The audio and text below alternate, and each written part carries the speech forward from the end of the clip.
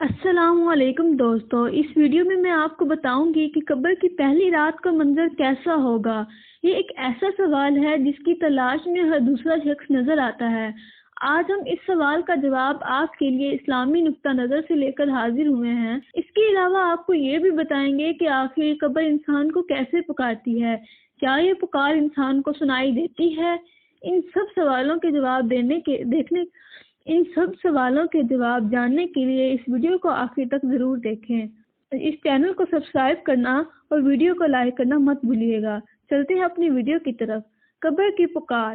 حضرت ابو سعید رضی اللہ تعالی عنہ سے روایت ہے کہ سرور کائنات صلی اللہ علیہ وآلہ وسلم نے فرمایا، لوگوں، لذتوں کو ختم کرنے والی موت کو کثرت سے یاد کیا کرو۔ قبر ہر دن اپنے مردوں سے خطاب کرتے ہوئے اعلان کرتی ہے، میں غربت اور تنہائی کا گھر ہوں، مٹی اور کیڑوں کا گھر ہوں۔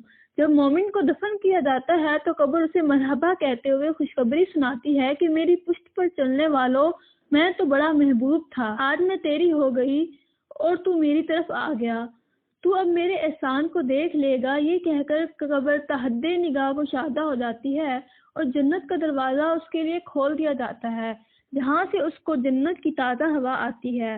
حضرت ابو ہریرہ رضی اللہ تعالی عنہ کا بیان ہے کہ رسول اللہ صلی اللہ علیہ وآلہ وسلم ایک جنازے میں شریک ہوئے، پھر فرمایا، میں بھی آپ صلی اللہ علیہ وآلہ وسلم کے ہمراہ تھا۔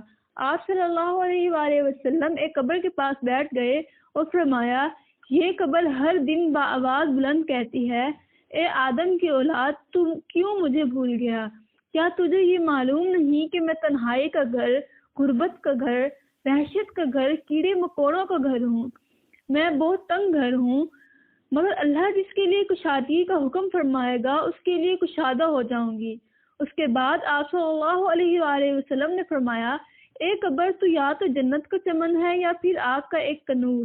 حضرت ابو حجاج رضی اللہ تعالی عنہ سے روایت ہے کہ رحمت عالم صلی اللہ علیہ وآلہ وسلم نے فرمایا، مردہ جب قبر میں رکھا جاتا ہے تو قبر اس کو کہتی ہے، اے ابن آدم، تو ہلاک ہوا، تجھے کس چیز نے مجھ سے دھوکے میں رکھا؟ کیا تجھے معلوم نہ تھا میں فتنہ، تاریکی اور کیڑوں مکوڑوں کا گھر ہوں؟ تجھے کس چیز نے مجھ سے بہکا کر نڈر کر دیا؟ تو میری پشت پر خوب اکڑ کر چلتا تھا۔ اگر وہ مردہ نیک ہوتا ہے تو اس کی طرف سے قبر کو جواب دینے والے جواب دیتے ہیں، اے قبر، تو دیکھ تو صحیح اس کے اعمال کیسے ہیں، یہ اچھائی اختیار کرتا تھا اور برائی سے باز رہتا تھا۔ یہ سن کر قبر کہتی ہے، بے شک یہ نیک تھا، اب میں اس کے لیے سرسبز ہو جاتی ہوں۔ مردے کا جسم اس وقت منور ہو جاتا ہے اور اس کی روح اللہ تعالیٰ کی طرف بھیج دی جاتی ہے۔ حضرت عبداللہ بن عبید رضی اللہ تعالیٰ عنہ سے روایت ہے کہ رسول اللہ صلی اللہ علیہ وآلہ وسلم نے فرمایا، مردہ قبر میں بیٹھتا ہے اور ان لوگوں کے پیروں کی آواز بھی سنتا ہے جو اس کے جنازے کے ساتھ قبر تک گئے ہوں۔ مردے سے اس کی قبر کہتی ہے، اے ابن آدم، تیری ہلاکت ہو، تو نے میری تنگی، بدبو اور کیڑے مکوڑوں کا خوف نہیں کیا، اس لیے تو نے ان چیزوں سے بچنے کے لیے تیاری نہ کی۔ بدعمال مردے سے قبر کہتی ہے، میری تاریکی، میری وحشت، میری تنہائی اور تنگی، میرا غم یاد نہیں رہا۔ اس کے بعد قبر اس کو جگڑ دیتی ہے، جس کے بعد اس کی پسلیوں کی ہڈیاں ایک دوسرے میں پیوست ہو جاتی ہیں، جبکہ نیک بندے کے لیے قبر کشادہ کر دی جاتی ہے۔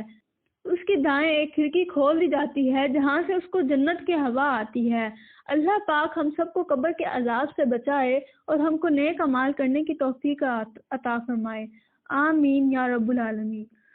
امید کرتی ہوں آپ کو یہ ویڈیو پسند آئی ہوگی۔ اگر آپ کو یہ ویڈیو پسند آئی ہے تو اسے اپنے دوستوں کے ساتھ لازمی شیئر کریں، چینل کو سبسکرائب کرنا، ویڈیو کو لائک کرنا مت بھولیے گا اور ساتھ ہی بیل آئیکن کو پریس کیجیے تاکہ ہر آنے والی ویڈیو کا نوٹیفیکیشن آپ کو ملتا رہے۔ ملتے ہیں اگلی ویڈیو میں، تب تک کے لیے اللہ حافظ۔